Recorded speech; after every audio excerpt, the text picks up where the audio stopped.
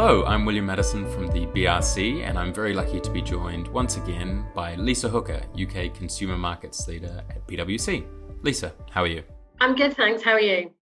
Very well, very well. So today we're going to be talking about a very pertinent topic, which is store openings and closures, obviously with a lot of uncertainty around and increasing talk of a second national lockdown.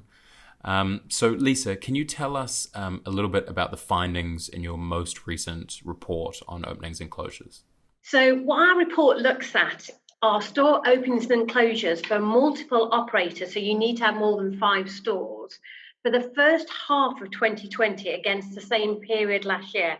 However, our survey doesn't count temporarily closed sites as closed, so it's not quite the full picture. But even with that caveat, the first half of 2020 shows a record number of closures across Great Britain. Whilst this maybe isn't surprising given what's been happening this year, it's not all bad news, because actually we saw the highest number of openings also during that period since 2017. However, we are expecting more closures over the coming months, particularly with the continued threat of these lockdowns and restrictions and the economic uncertainty that we're seeing. But whilst there may be more closures, our consumer confidence that you might have heard of a couple of weeks ago is actually very positive. So if you can attract customers, they do want to spend. They're just going to be quite careful how they spend. So I know that your research suggests that the top 500 high streets are no longer the main attraction for consumers. Can you give us a little bit more information on this? Previously, when we did this analysis, we only looked at the top 500 high streets in Great Britain. And interestingly, what that had been showing was stable closure numbers, but declining openings. This year, we extended the survey to multiple retailers across all high streets, shopping centres, retail parks, which gives us a more complete picture. So when you look at the country as a whole, you see an acceleration of closures, but a growth in openings, so quite a different trend.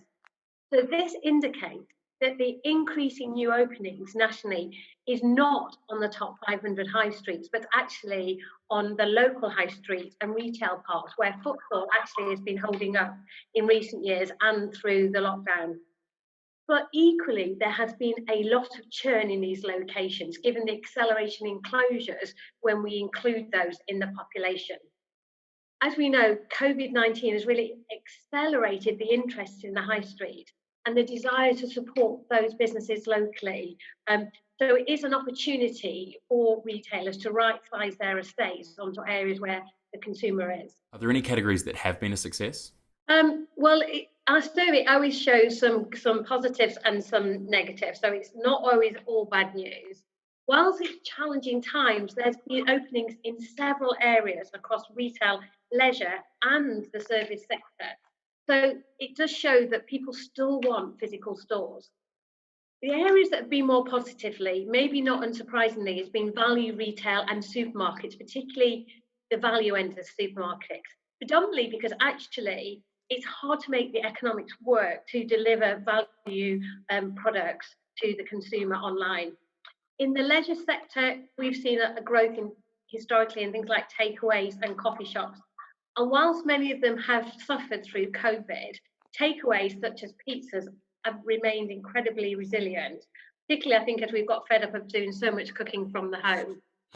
And in the service sector, you've seen the banks and the post offices decline quite rapidly, but we've seen growth in areas which are hard to deliver outside of the local high streets, such as things like locksmiths and tradesmen shops.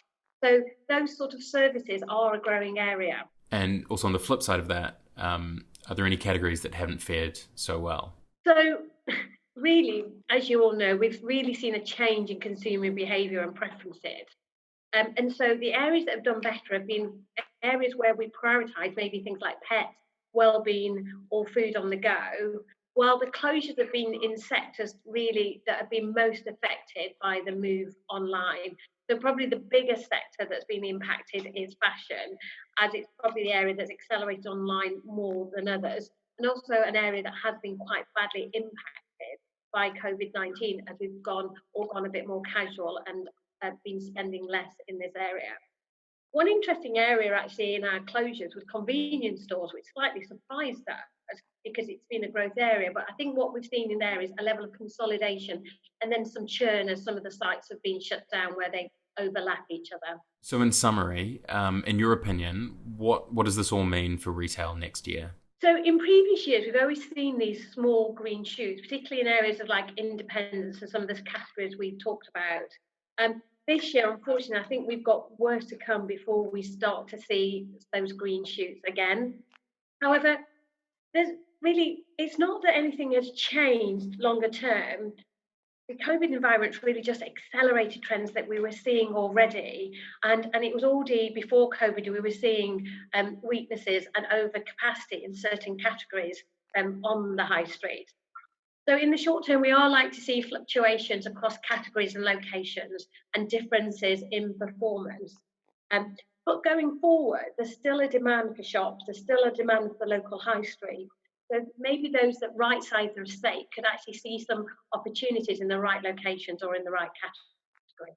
Excellent. Well, I guess that's where we'll leave the discussion for today. Thanks for speaking as ever, Lisa. Look forward to doing it again soon.